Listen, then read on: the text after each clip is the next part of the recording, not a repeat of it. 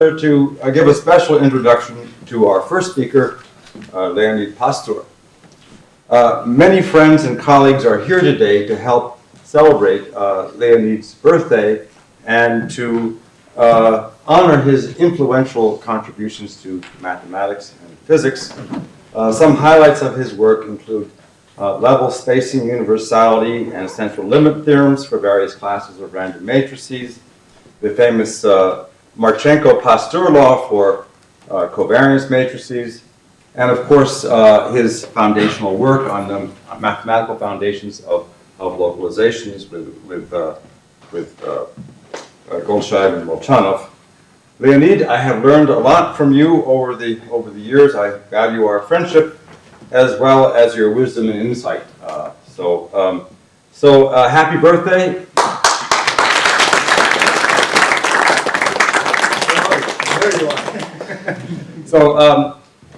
So now I will give you his title, which is On Random Matrices Arising from Quantum Informatics.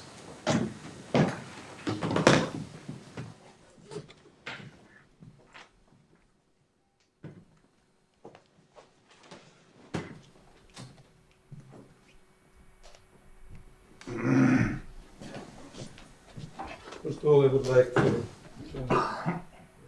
organizers, Jan, Ilya, Tom, and Martin, for honor and pleasure to be invited to that meeting and to all the words that I just heard.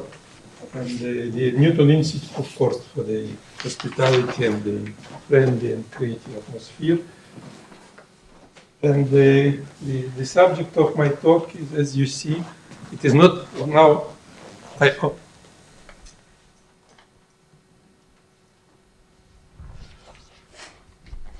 Unfortunately, it's not localization, despite the title of the meeting, and to a large extent not quantum informatics, unfortunately, because the field is quite hard. But on the other hand, the matrices that I am going to consider, they are strongly motivated and partly arised in quantum informatics, and these are random operators, so somehow it is related to Anderson localization, and hopefully, I believe, despite that there are no results at all, at the moment that somehow they have to work also in localization. But at the moment, it will be like that, and this is the outline of my talk. It will be mostly the density of states for two matrices which are new, and I found they have several quite unusual properties that, in my opinion, worth to be discussed. Both of them, there will be variation on the subject that Tom just mentioned. This is a sample covariance matrices that are matrices of that form. You have in general just a rectangular matrix X with some randomness. At the moment, I do not specify. Then you write this matrix, and you are interested in its spectrum. I mean eigenvalues, eigenvectors. But on this talk, I will confine myself for the square matrices, and the subject is quite old. In fact, this is historically the first random matrix appeared in mathematics. In science was precisely the matrix of this form. This is known as a Wishart matrix. In the late 20s and early 30s, it was introduced as a just sample covariance matrix of a population. And from the point of spectral theory, it could be seen as a typical positive definite operator. And recently, there was certain activity to apply these matrices in the intersection of these two fields, quantum statistical mechanics and quantum informatics. I'll come a bit later, not too much to that subject also.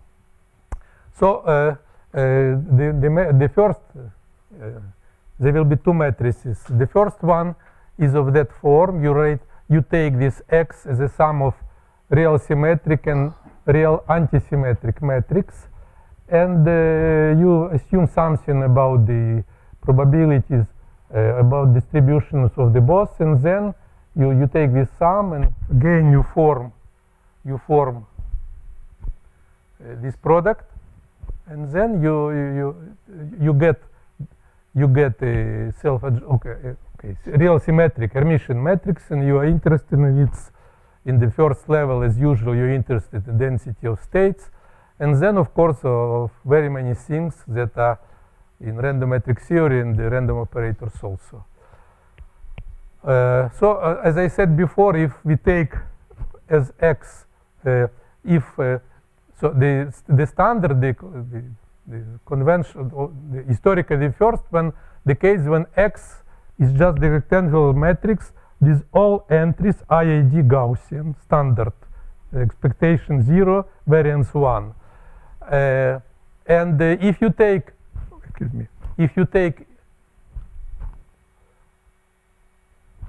in this case, if you take A and B as again consisting of IID Gaussian modulo of course symmetry condition, it's easy to find that A and B practically the same, Vischer, so nothing new in this case. But you can assume something else. But before that, I would like to recall you several facts about this standard case. So if you take for the normalization condition, if you write x as 1 over square root of n y, and y are independent standard Gaussian, then you can find the limiting density of states. It will be of this form, and it is sometimes called quarter circle law, because you take semicircle law, you change the variables, squares, and you get this one. This was all resolved by Marchenko and myself. And just I would like to introduce certain terminology. You see the spectrum, not a spectrum because there is no operator at the limit. So it's just the support of rho is the interval 0, 4, and the singularity at the edges. This singularity is used to be called soft edge, and this is the hard edge for the reasons, okay, mostly of the analogy with electrostatics. And if you, so I would like to say that this is standard case, just I mentioned already, but once more, if you take the standard case, which is not symmetric, of course, but if you write as a sum of symmetric, anti-symmetric part, you see that you can write this matrix also in the form that I wrote before, real symmetric plus real anti-symmetric. And for the reasons that will be clear a bit later, it is useful to consider a bit more general case. You replace x written before, just you shift by a unit matrix with a parameter y, and it turns out that it changes. This is in fact the particular case of more general things considered by in random matrix theories by Silverstein and Dozier. And but you see that just shifting this way, you get a different singularity. So if it is written here, if y is small, less than 1, then you have something kind of a quarter circle law, a bit deformed. If you have with the same singularities like before, if you take this somehow critical case, y square is 1, then the lower edge, which is at least still at 0, but it changes singular behavior. And if you take y is big enough, then the spectrum is shifted to the right and is just on the positive semi-axis. So I am about singularity because it will be somehow the main subject. Now it's a bit of motivation for matrices that I introduced. So it is in quantum informatics, they are trying to study certain non-local, roughly speaking, non-local order parameters called entanglement entropy, but I will not discuss too much, just to show you that, and a kind of toy model is a quasi-free fermion. That means it's just the quadratic form in Fermi operators, quite general, and it is of certain interest by itself. But on the other hand, if you take one-dimensional spin chain, quantum chain, if you make Jordan-Wigner transformation, then you get certain cases, I mean the choice of A and B corresponding to this case, to this reduction. And the general form can be easily diagonalized by Bogolyubov transformation, and it could be shown that the spectrum of this operator is, okay, you have to study in fact the spectrum of this matrix of double size. If it is A and B, they are n by n, and this matrix is 2n, and you write it in that form. And in quantum statistical mechanics, we have to study, of course, the thermodynamic limit, and this, what is going with the spectrum is this limit. And if we are about quantum informatics, we have to study a bit more complex object. You have to take this matrix, then you have to form this matrix, and then make a restriction on a much smaller volume, and then study somehow two-term asymptotics of the density of states.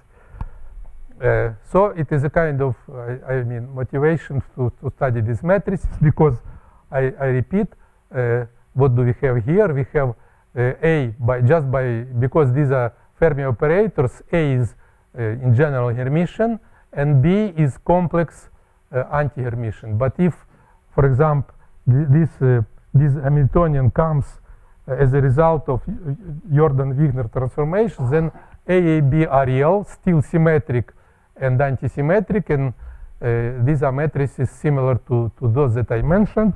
But how do we come with the problems that I just formulated is the following. Just to recognize that the determinant of this 2 by 2 matrix is of this form, and if you write A and B in natural way, just this is lower triangle, this is upper triangle, this is diagonal, and the same with B, then if you take a special case, A plus equal B plus, then you arrive at the matrix that I just mentioned.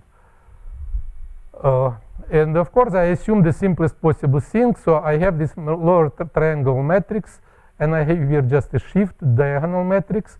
And I assume a simplest possible case again that all the entries that are below the main diagonal, the independent Gaussian standard, not standard because I need this normalization to prevent the spectrum to escape to infinity. And you can view this as a kind of mean field time model for the initial statistical mechanics problem, because we have 1 over square root of n in front of this matrix. So we are coming to the spectral analysis of this matrix. You have a lower triangle matrix, you shift by a constant, and then you take the transposed. And this is a particular case of this general settings that I mentioned. You have a certain random matrix, and you just write this matrix, multiply by transposed or Hermitian conjugate, and you study the spectrum of this matrix. And now the result which can be obtained is the following. If Mn as I defined before, then this is the abbreviation normalized counting measure. Okay, prelimit integrated density of states. It converges with probability 1 to non-random limit, and its Stieltjes transform satisfies this equation, which is uniquely solvable if you impose this condition. And just by studying this equation, you find that the density of states is the following. Its support is an interval on non-negative semi-axis, depending on y, and there is a density, of course, and you have two cases.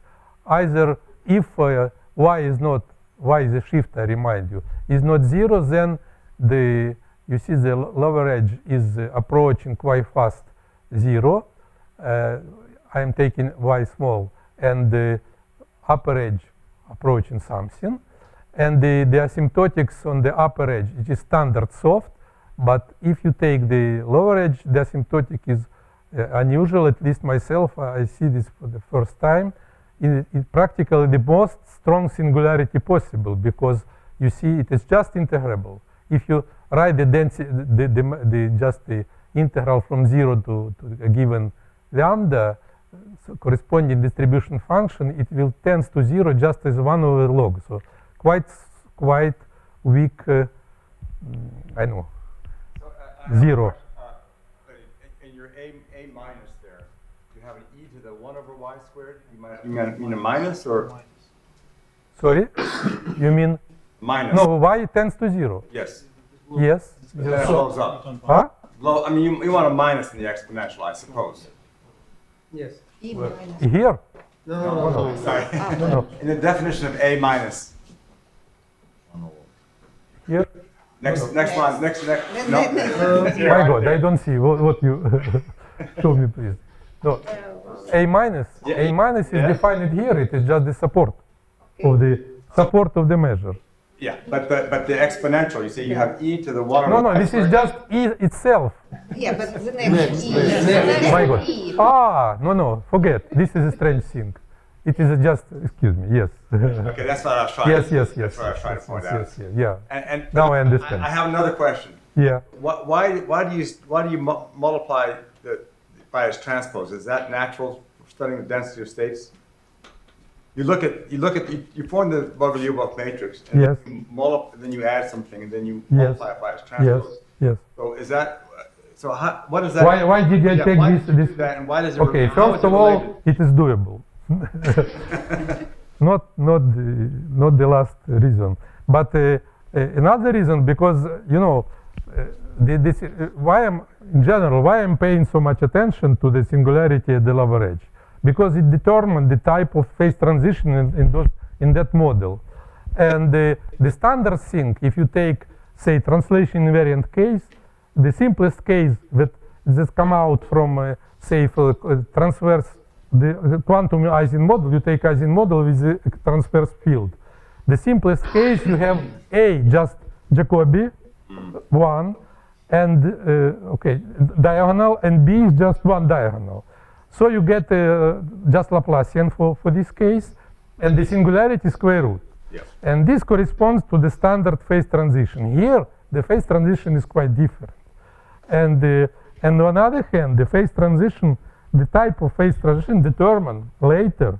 Unfortunately, I haven't finished yet the calculations, but it determined the singularity of the entanglement entropy. So this is why it is somehow the point of principal interest to study the singularity at the edge. The lowest energy. Yes.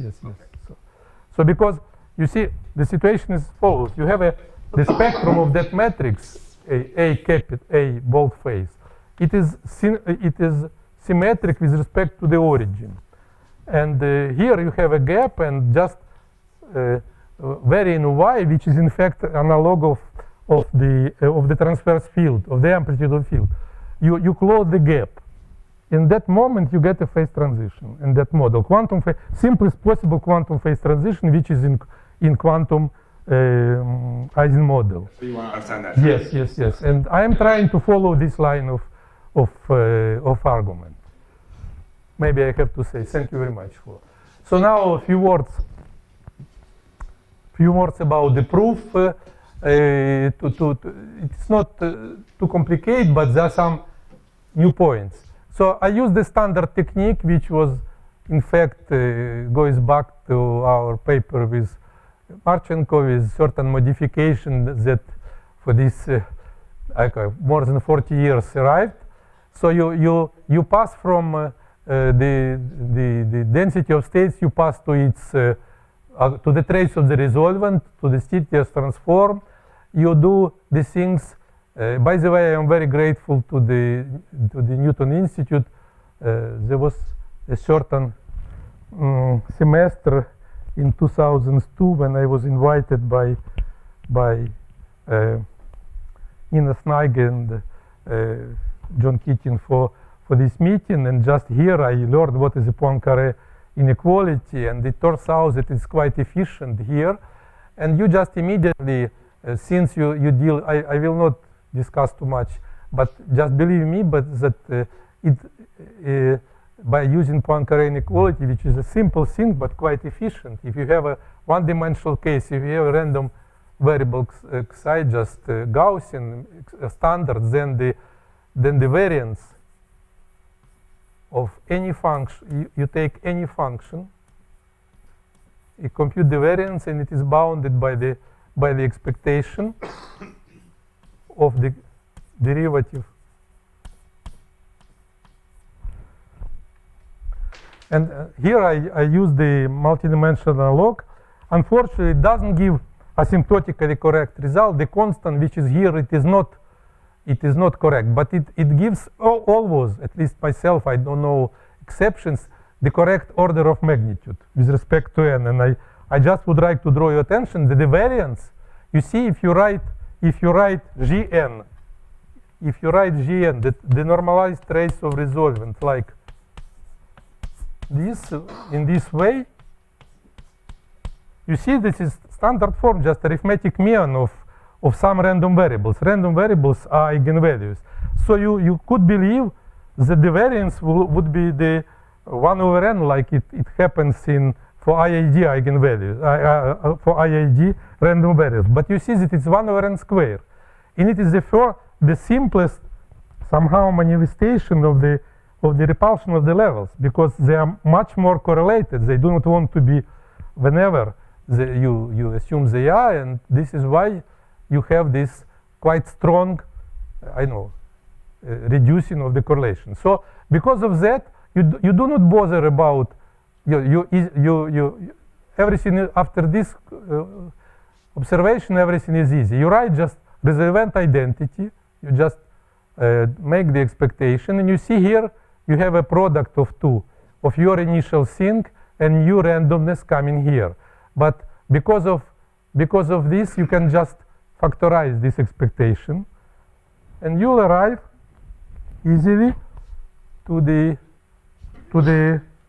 asymptotically to the quadratic equation. You solve this equation, and you take the imaginary part on real axis, you get the density of states.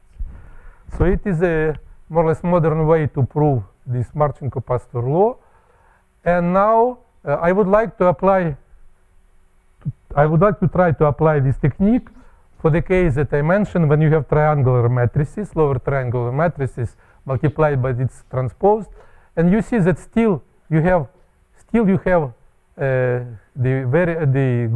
good bound for the variance. So you try to do the same. You try to find this limit of the expectation. Again, you do not bother about fluctuation because you see they are small, and so you just write this expression. So you recognize that expectation is a sum of expectation of entries, and now you write the resolvent identity not for the trace but for the entries themselves, and you get certain things. Okay, too many tildes, I don't know why. So I am writing tilde just to say that it is leading term. I do not write explicitly error terms, just leading terms, and just not to write here little o on 1, I write just this sign. So you have this relation. You have two relations, just as you're playing with expectations. You see you decouple. So it is just coming directly from your initial case. Now you decouple. You see I am decoupling here and there. And after that, a small new thing that it is not, in the case of that I mentioned before, you get the equation immediately for the trace. But here you have to work with entries, like, for example, we are doing with random Schrödinger. But the useful things, you view this, because there is running index here j and here j, you use this as a finite difference scheme for a certain differential equation. So you just pass to the limit, and you get the system of two equations. F, I remind you what is F. F, it is, so I have this formula. I view this expectation as a vertices of polygons. I am writing just a linear approximation for my function, and then this at the limit I get the formula that to find the TTS transform, I have to just integrate this density over T. Now, as for T, as for F, it satisfies the system of two equations. If you introduce new variable, you find it is differential equation. You can solve it. Is, by the way, you need not to write partial derivative because ordinary equation. You solve this equation, you arrive to a certain result, and this certain formula, and this formula gives you the things that I do, that I'm just announced it. So you get this density of states with a strong singularity at the lower edge. Now, just several comments. So people used to believe that in many cases like that, and there is even a theorem by Anderson and Zeytouni, that usually F satisfy somehow algebraic equation. This is not the case here. Just technically, I would like to mention this. Now, again, I already mentioned that we get the singularity most known. Instead of square root, we have much stronger, and it will be important to when you study the phase transition corresponding. But for that reason, it is the asymptotics that I mentioned is not sufficient. You have to write so-called scaling asymptotics. I will not write; it's a bit complicated at the moment. Yes, scaling asymptotics for this special scaling just to get, because the singularity you see, if y is positive, the singularity here is standard. If you here, it is much stronger. So you have to know how does it transform itself. So you have to have scaling asymptotic for small fields and small energies. And of course, for the purposes of quantum informatics, you need to know not only eigenvalues but also eigenvectors. But it is already not a simple business. Yes, and maybe I will not mention too much more because I would like to pass to another matrix that appears again in quantum informatics. This is the following. Just again, as I said, this is a two variation on the same subject. So if you write x prime, if I write it in this form, it could be written as j alpha x bar k alpha. So, as I said, in general, this matrix n by n, but here you have a sum, but x's are in general rectangular. You can, of course, put m equal n, but not necessarily. So you can see every term as a rank 1 operator. So jk are running indices. Alpha is the index that indices these operators. So you can view all those. You can view the Wishart matrix. You can view the sum of certain rank 1 operators. And this is very useful point of view. In fact, in our old paper with Marchenko, we came to the problem via this. And now I would like to discuss an extension of this formula of this type of matrices. What I am doing, I am taking the vectors now. You see, these are the vectors now here. Vector alpha, x alpha is just a column, yes? And alpha runs.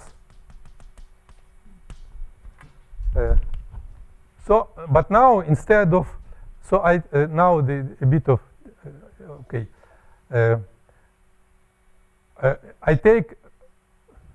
I put one more index here. I have not just vectors here, but I have vectors, n-dimensional vectors that are indexed by two indices, alpha like before, and j it is new. It's not the same j. Yes. So these are vectors in d-dimensional complex space, and I assume that the vector, again, excuse me, x and phi is the same. Yes. And these vectors are complex Gaussian with IAD components. And the crucial point is that now I am constructing the vectors that are tensor products of these ones.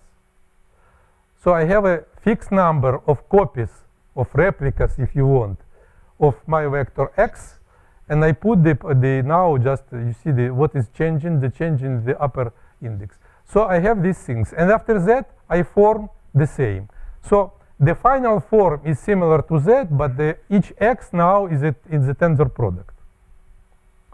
And I'm interested in that matrix when two indices that I have, the index p, which is written here m, and index n, they tend to infinity. K is fixed, the number of terms. And this is a matrix that appeared in the recent paper by Hastings and co-authors, just recent one, and they were trying to construct a quantum analog of standard problem, probabilistic problem of elementary probability. You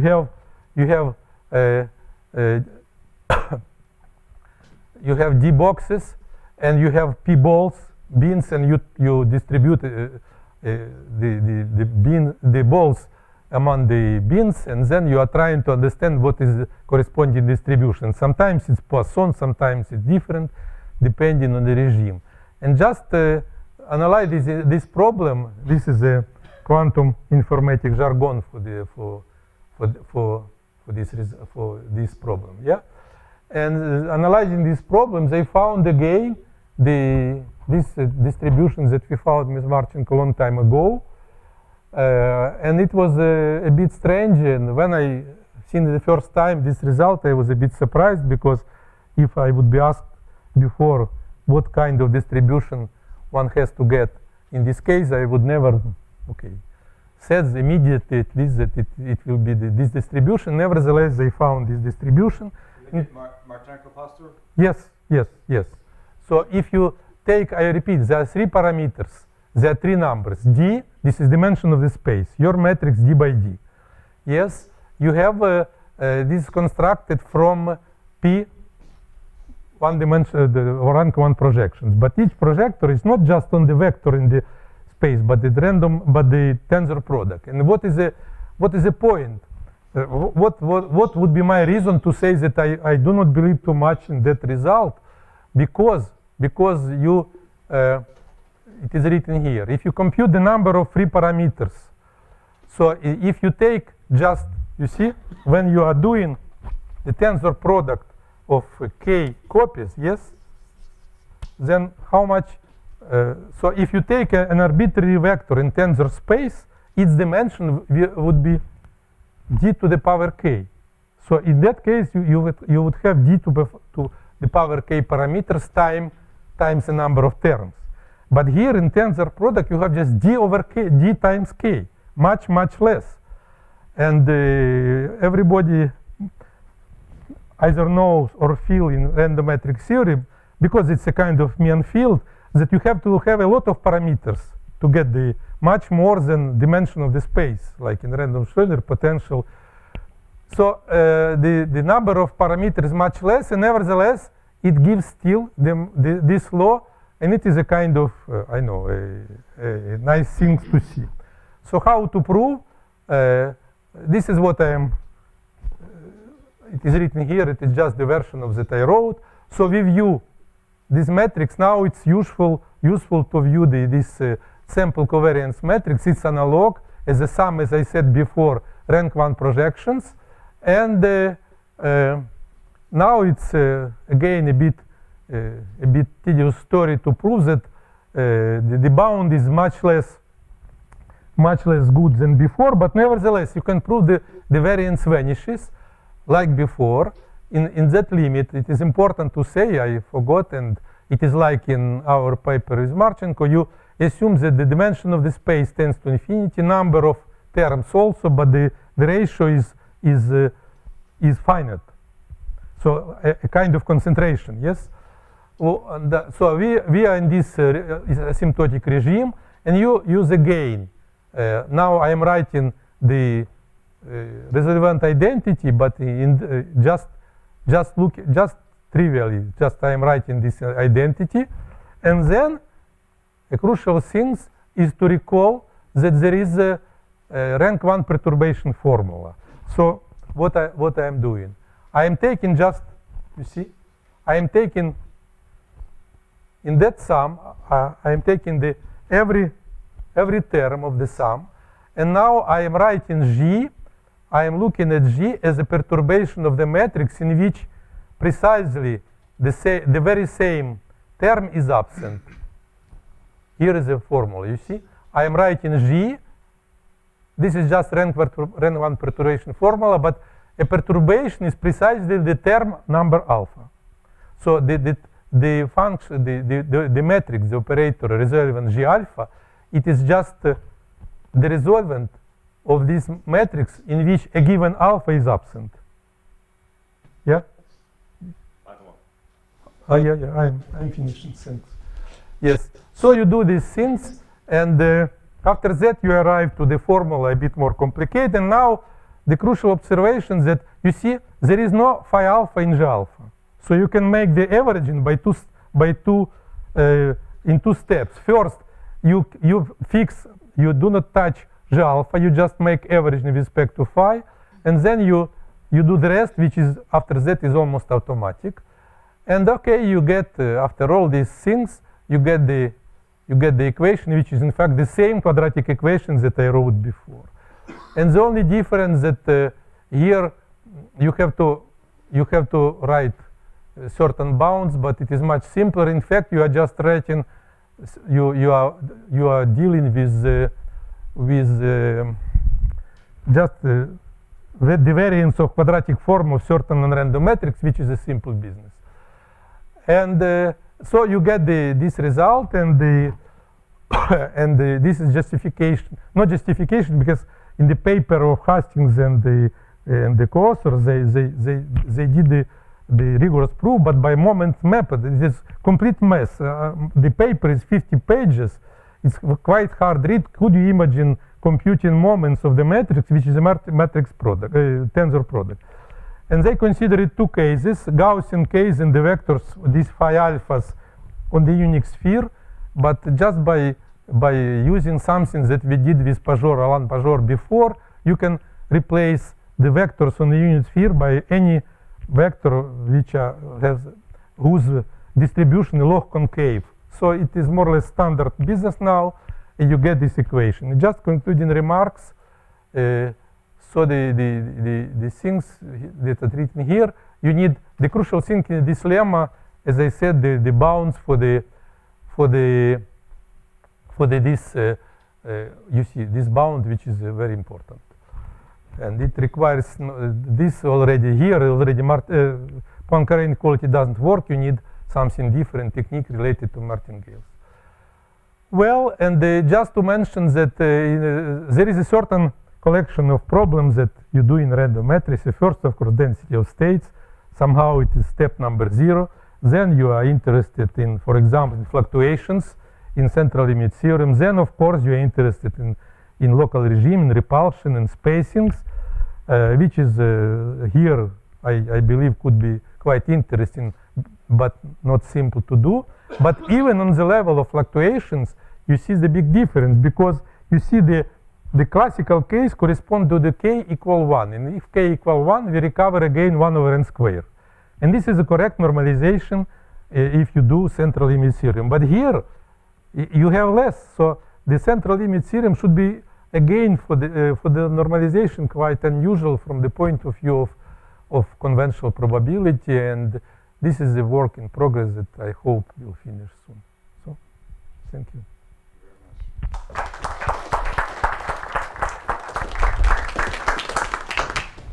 We have time for a couple of quick questions.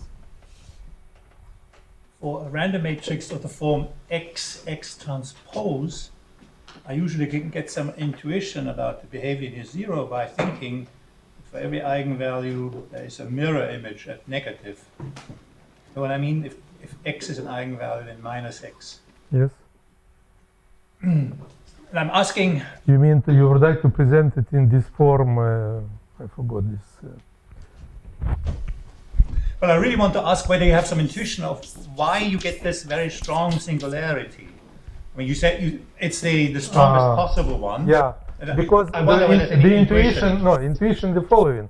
Your matrix A has zeros on the diagonal and above, and everything starts on the on the diagonal next to the principal one, and somehow you have zeros on the diagonal, and it makes things Makes the yes. repulsion as small as. Yes. So roughly speaking, you do not.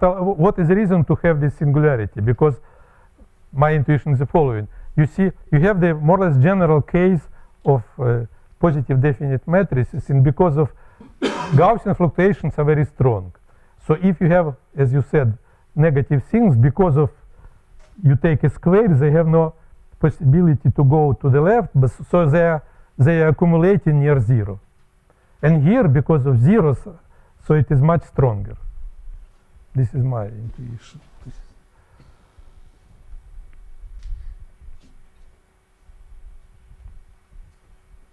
Okay, well, let's thank Leonid again for very interesting talk. Thank you.